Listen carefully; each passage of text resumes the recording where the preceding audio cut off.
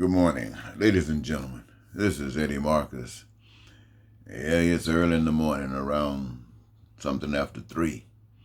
But I'm sitting here and I'm thinking about you, and I'm concerned about we, the American people.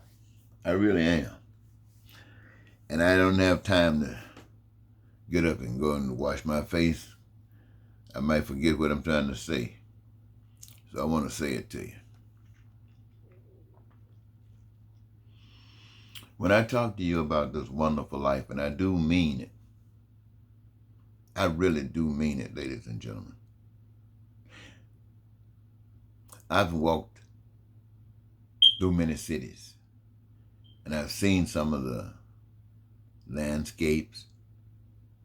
I've seen some of the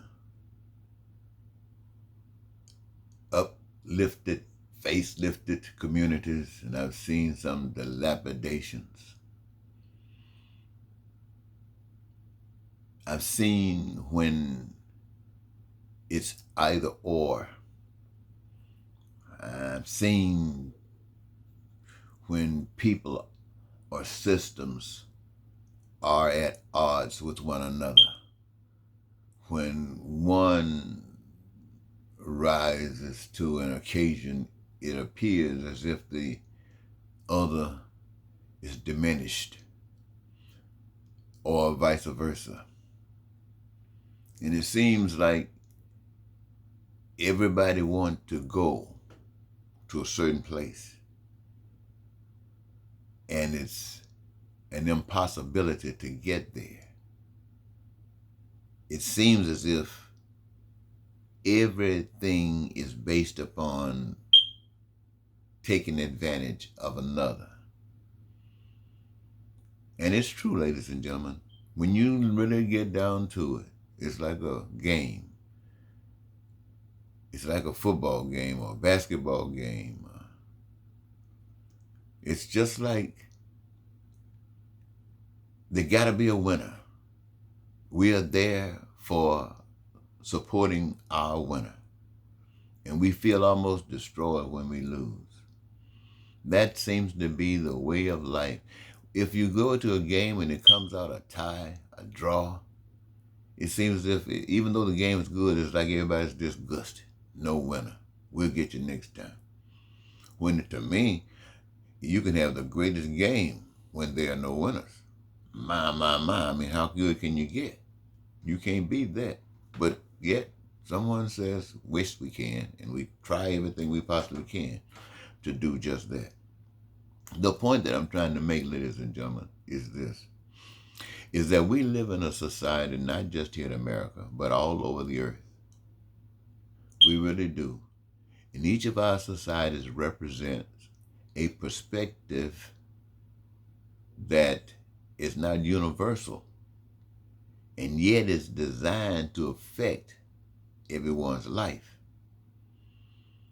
And to those that profit, it's good, it's great, and you can find all of the explanations to justify it.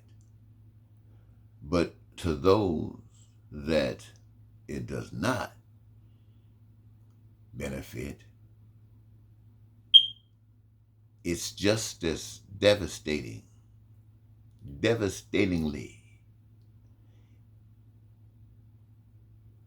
felt by those who have to bear that burden as that joy that is felt by those who go the opposite end. But that is the way of men. We are designed, listen to me, ladies and gentlemen, everybody got choice. And your choice is just as important as any other choice on the face of the earth to you. And you got the right to stand up for your choice just as strongly as anyone else. And so as human beings, collectively, they got a choice to do what human beings want to do. continuously. They can test it. They can try it from the beginning of time throughout eternity if they want. Usually, you can move a certain way by studying the evidence of the good or the bad, or what's working or not working, or what serve your cause or not serve your cause. And maybe that will kind of guide you. But it seems in a situation like this with human beings, you can go one step forward and two steps back. And as an outcome of that, ladies and gentlemen, we have a world of powerful rulers who will exercise that power in a minute, cause pain and suffering to others in a minute. And there are those who resent it, and they'll go to so far limits to try to prevent it, but they will not go beyond a certain limit. And as a result of that, the pain and the suffering continues. Now, when you start talking about men and human beings and how they get their way, their understanding of success, of power, ultimate power, is to eliminate what they can't give. They would like to kill. They can't give life, but they would like to kill. That is the evidence of evil personified. Killing. War is a sign that somebody is trying to abuse someone. Every time there's a war, ladies and gentlemen, I want you to remember, somebody is trying to take advantage of someone else. Now, it takes two to battle. But every individual, every country, every nation has a right to defend itself from an aggressor. And you should believe that you will be the victor because you have right on your side. You should be able to kick a bully's butt every time you're confronted with one, just by being on the right side of life. And so, ladies and gentlemen, when we talk about stuff like this, we're asking ourselves, can we ever get on the right side of life? Well, I tell you what, our choice won't get us there. See, our choice did not make the world. Our choice is destroying the world. The choice that made the world is open for us as well. And if we would choose that choice, this is what I'm saying to you, ladies and gentlemen. There really is a power that you can't see, that you can't touch, that you cannot feel. A power that you cannot conjure up with your emotions and saying, oh, I know it's there because I feel it. But there's a power there. And it is not evidenced only by stuff like the earth and all of its abilities and all of these other things, you know, with the sun and the moon and the sky and all that kind of stuff and human beings. It's even more than that. It's our ability to do what we do. But God, ladies and gentlemen, is this, and I'm going to tell you what I know. I'm not talking to you about what I read in a book. I'm not talking to you about what somebody taught me or I heard somebody say. I'm telling you what I have learned. I have been taught by the Spirit. And that is this. God truly is love. And all that you can think of or imagine that is wonderful is an expression of love.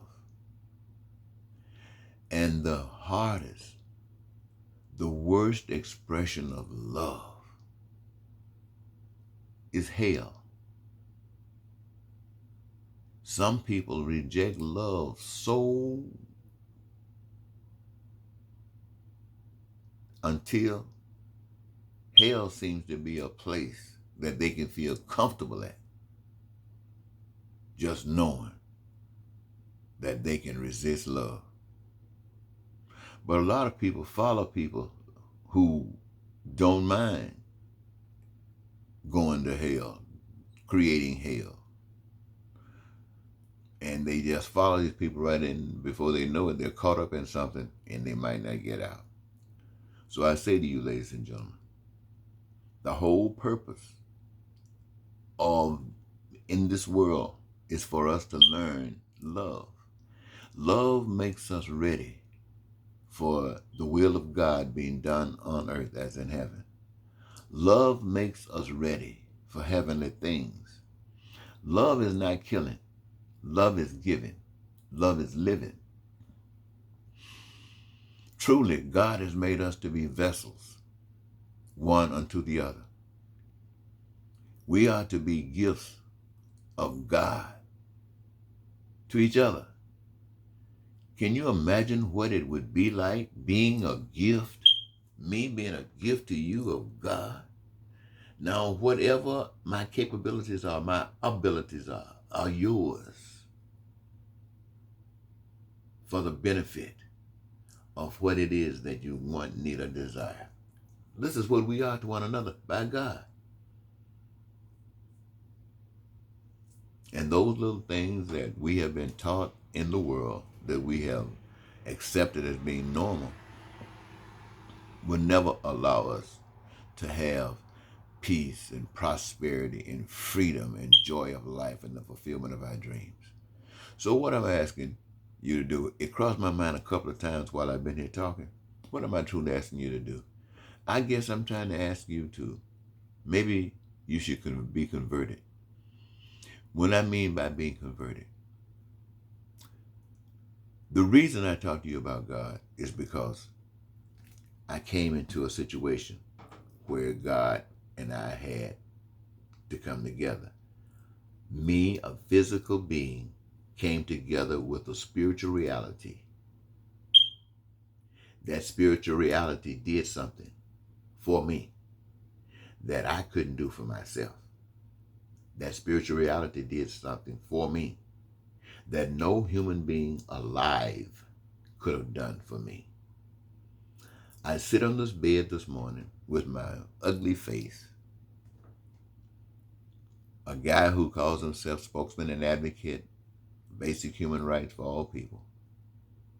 I've been doing this for quite some time, and yet I am a wonderful person, just as you are a wonderful person. At least you are as wonderful as I am. Now, we both got some stuff that we don't know if it's right or wrong. We've heard people say yes, we heard people say no, but it's really not their business, it's ours, and we haven't been convinced, so it is what it is.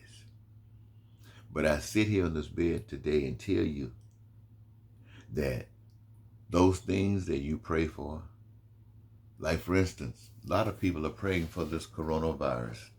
And I would say to this moment, I would say, Heavenly Father, I have gone before the public in your name. I have shared with them what you have given me. I have shared with them the love that you have shown me. I've given them the information that you have given me to tell them that the peace, the prosperity, and all of that stuff is already in their hands. That they have no excuse for suffering anything except they have made the choice to follow the deceiver. A deceiver. A deceiver, and you can tell a deceiver is amongst you when things become missing and can't be justified. When people can't get food, can't get clothing, can't get shelter, can't get education, can't get health care, can't get a job, can't live. Evil is in the midst running the show.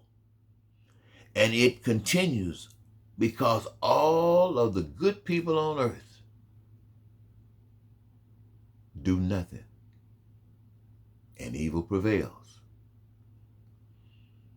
God wants you to know, and I'm here to tell you, that God exists. And all you want is at your disposal. But you got to love. My running for president, I'm asking you to write my name in. You don't know anything about me, but I've been speaking on. I've been for 40 years, and I got so much information that I made public for the world to know. I don't hide my stuff. Just so you'll know me. I want you to know that I'm just like you. I'm not trying to say I'm somebody special. I'm definitely not someone special. But I'm just like you. I talk to you all the time like this. Why? Because I'm just like you. But I want you to know that we can laugh. We can go back to the playground and stay there and keep the bullies off. And we can have a wonderful life. So if you go to those polls, you don't have to vote for Republicans or Democrats. They are really the same. They are going the same way, one going a little bit faster than the other. You can tell because I've talked to you about these wonderful things, and neither of them have ever given you an idea that they were truly sincere about these things. Oh yes, they mention them because they know that you want them, you deserve them, you desire them for sure. But they got no know-how. No, they got no know-how. Why? Because they work within a system that says, no, that's not going to happen. This system was built. Now you know to do exactly what it's doing. And it's going to keep on doing it. And if you want a different system to do the things that's divine, to do the things that bring you heavenliness, to do the things that bring you joy, you're going to have to create a different system. And that's what I'm talking to you about, ladies and gentlemen. I don't have to go on TV. I don't mind being out there talking to people, telling people the same things that I'm telling you. But I'm not going to go paying that evil system some money just so I can stand up and share with you the truth, the things that will bring you life. That tells you just, let me tell you what the system does. Here I am telling you, got a message about the beautiful life that's ready for all of us. And that system out there, that media, whether it's paper, whether it's the radio, whether it's the television, they won't even tell you. They're saying, I'm not saying that they are, here they go. I'm not saying it's real, I'm not saying it's not. But I'm not going to tell you because we got a rules and regulation that says if anybody speak out like this on things like that, they got to pay. And that rule goes for everybody. So if it's a message that sets you free, and he ain't got no money, bye. But that same prayer goes out to God to say this coronavirus is doing a heck of a lot of damage. A heck of a lot of damage.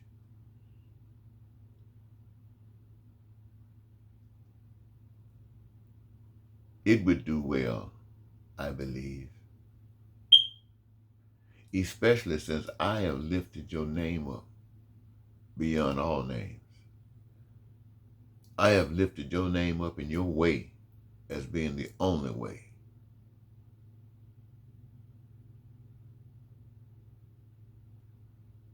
It would be nice if the virus was conquered. It would be beautiful.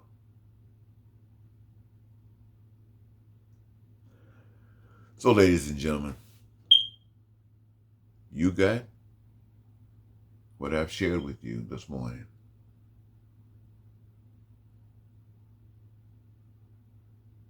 And I hope it's doing you some good. Thank you.